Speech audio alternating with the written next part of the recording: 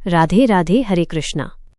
करवा चौथ की तिथि को लेकर आपकी दुविधा स्वाभाविक है, क्योंकि इस साल चतुर्थी तिथि 2 दिन 9 और 10 अक्टूबर को पड़ रही है। करवा चौथ का व्रत मुख्यतः चंद्रोदय व्यापिनी चतुर्थी में रखा जाता है। आपके द्वारा दी गई जानकारी के आधार पर यहाँ करवा चौथ की तिथि और शुभ मुहूर्तों का विस्तृत विवरण है।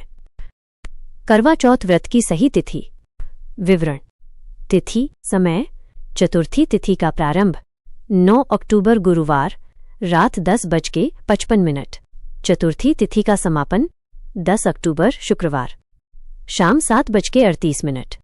9 अक्टूबर रात में चंद्रोदय के समय जो काफी देर बाद होगा चतुर्थी तिथि होगी, लेकिन चूंकि चतुर्थी रात 10:55 से लग रही है, इसलिए ये व्रत के लिए मान्य नहीं मानी जाती। 10 अक्टूबर इस दिन सूर्योदय से लेकर शाम 7:38 तक चतुर्थी रहेगी। चूंकि सुबह की पूजा और प्रदोष काल की पूजा का शुभ मुहूर्त हमें 10 अक्टूबर को प्राप्त हो रहा है, इसलिए तिथियों का भ्रम न करते हुए 10 अक्टूबर शुक्रवार को ही करवा चौथ का व्रत रखना सर्वाधिक उचित होगा। 10 अक्टूबर शुक्रवार के लिए विस्तृत शुभ मुहूर्त। करवा चौथ का व्रत शुरू करने और पूजा पाठ के लिए महत्वपूर्ण समय। कार्यक्रम समय विवरण।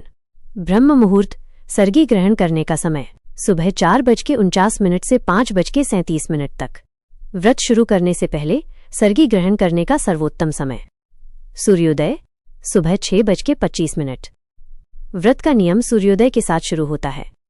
अमृतकाल दोपहर 3:21 से 4:47 तक। पूजा के लिए शुभ समय, इस दौरान कथा की तैयारी कर सकते हैं। कृतिका नक्षत्र शाम 5:31 तक। इसके बाद रोहिणी नक्षत्र प्रारंभ हो जाएगा। सिद्धि योग शाम 5:41 तक। यह एक शुभ योग है। पूजा का शुभ मुहूर्त शाम की मुख्य पूजा शाम 5:57 से 7:38 तक। करवा माता की पूजा, कथा वाचन और चंद्रमा को अर्घ्य देने की तैयारी करने का मुख्य समय। चंद्रोदय का समय रात 8:33। यह व्रत खोलने का समय है। सूर्यास्त शाम 6:02। शाम की पूजा प्रदोष काल में सूर्यास्त के आसपास ही शुरू होती है। अशुभ मुहूर्त राहुकाल। अशुभ मुहूर्त समय राहुकाल सुबह 10:30 से दोपहर 12 बजे तक। यह समय अशुभ माना जाता है।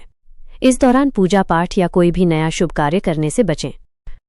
व्रत खोलने की विधि 1. शुभ मुहूर्त 5:57 से 7:38 में अपनी पूजा और कथा संपन्न कर लें।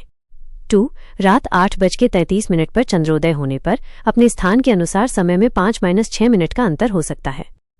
सबसे पहले चंद्रमा को अर्घ्य दें। चंद्रमा की धूप दीप दिखाएं और आरती उतारें। इसके बाद छलनी से पहले चंद्रमा को और फिर अपने पति का चेहरा देखें।